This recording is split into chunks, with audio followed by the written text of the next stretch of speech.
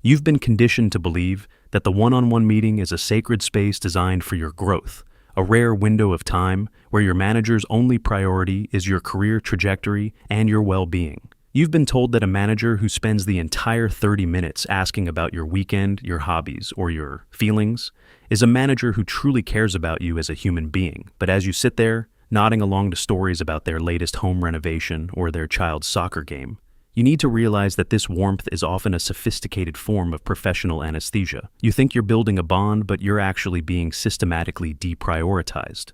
A manager who treats your one-on-one like a casual coffee date isn't nice. They are signaling that your professional development is so low on their list of priorities that they don't even bother to prepare a real agenda. While you're enjoying the easy conversation, the person in the office next door is having a high-stakes, data-driven strategy session with their boss.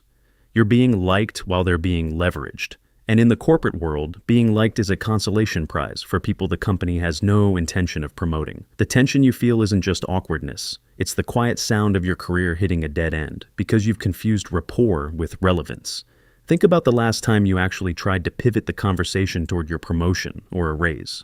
Did the atmosphere suddenly shift? And did your manager's eyes glaze over, or did they suddenly remember a hard stop they had for another meeting? This is where the frustration starts to bleed through. You see the difficult employees, the ones who don't spend time chatting about movies or food, getting the high visibility projects while you're stuck in the friend zone of management. It feels unfair because you've done everything right. You've been the decent person, the one who doesn't cause drama, the one who is easy to talk to. But the workplace isn't a social club.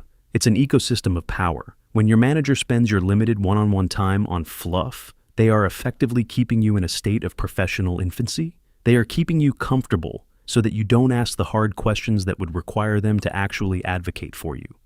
You're being kept in a holding pattern, fed on the empty calories of small talk, while the real decisions about your future are being made in rooms you aren't invited to. This is the part nobody tells you. A chummy manager is often the most dangerous obstacle to your success because they use friendship as a shield against accountability. The hidden truth behind these meetings is the concept of strategic deflection. You think your manager is just disorganized, but it's often a calculated move to avoid having to give you concrete feedback or commit to your advancement. If they keep the conversation light, they never have to tell you the uncomfortable truth about why you were passed over for that lead role. They never have to explain the actual office politics or the whisper campaign that might be happening behind your back. By keeping you in the friendship lane, they ensure that you feel too guilty to demand more. How can you aggressively ask for a 20% raise when you just spent 20 minutes laughing about their favorite Netflix show? You can't, and that's the point. They are amoral and unethical in their use of your time, even if they present as the cool boss. You're being managed by distraction, and every minute you spend talking about anything other than your impact, your visibility, and your trajectory is a minute stolen from your future. Deep office politics is about the management of perception capital. In every one-on-one, you are either increasing your capital or spending it.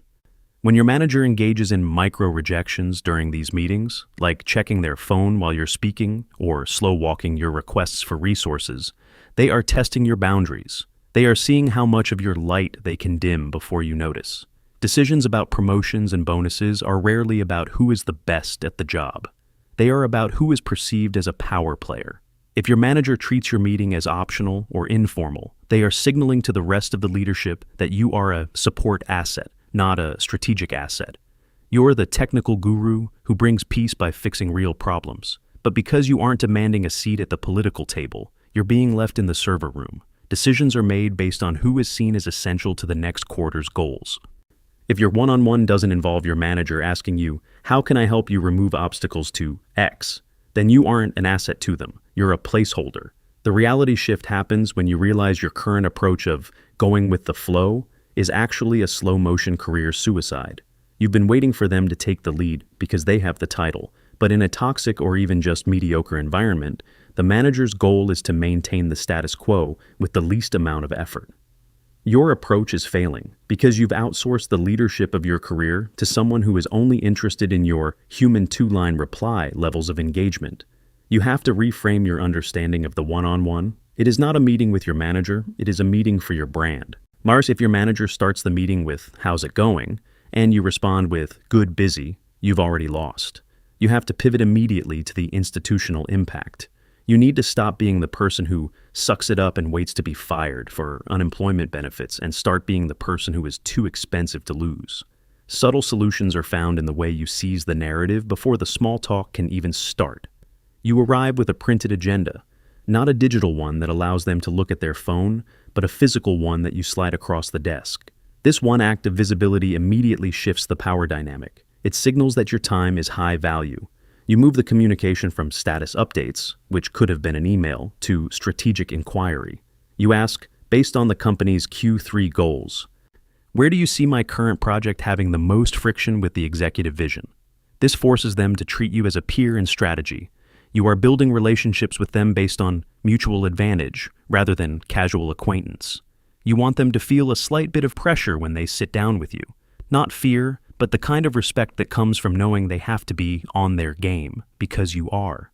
Visibility isn't about being loud, it's about being linked. Every success you mention in your one-on-one must be linked to a person or a goal that is higher than your manager. You don't say, I finished the report. You say, the report I finished for the VP of Operations has identified a 10% efficiency gap that I'm now working to bridge. This makes it impossible for your manager to hide your light. You are essentially telling them that people above them are already aware of your value. This creates a protective perception.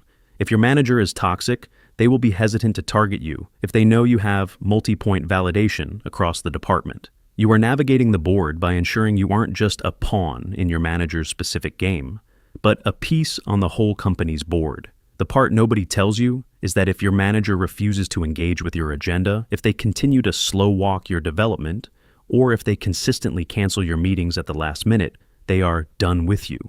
This is the salary ceiling in its most insidious form, the attention ceiling.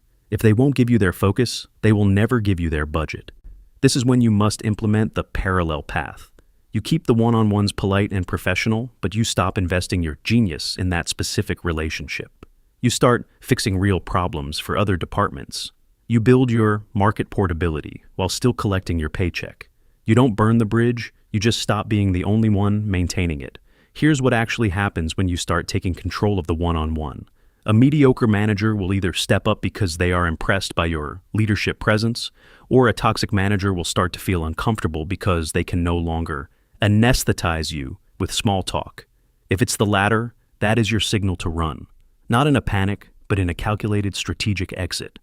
You use the piece of your current role to find the next one where your light is actually an asset, not a threat.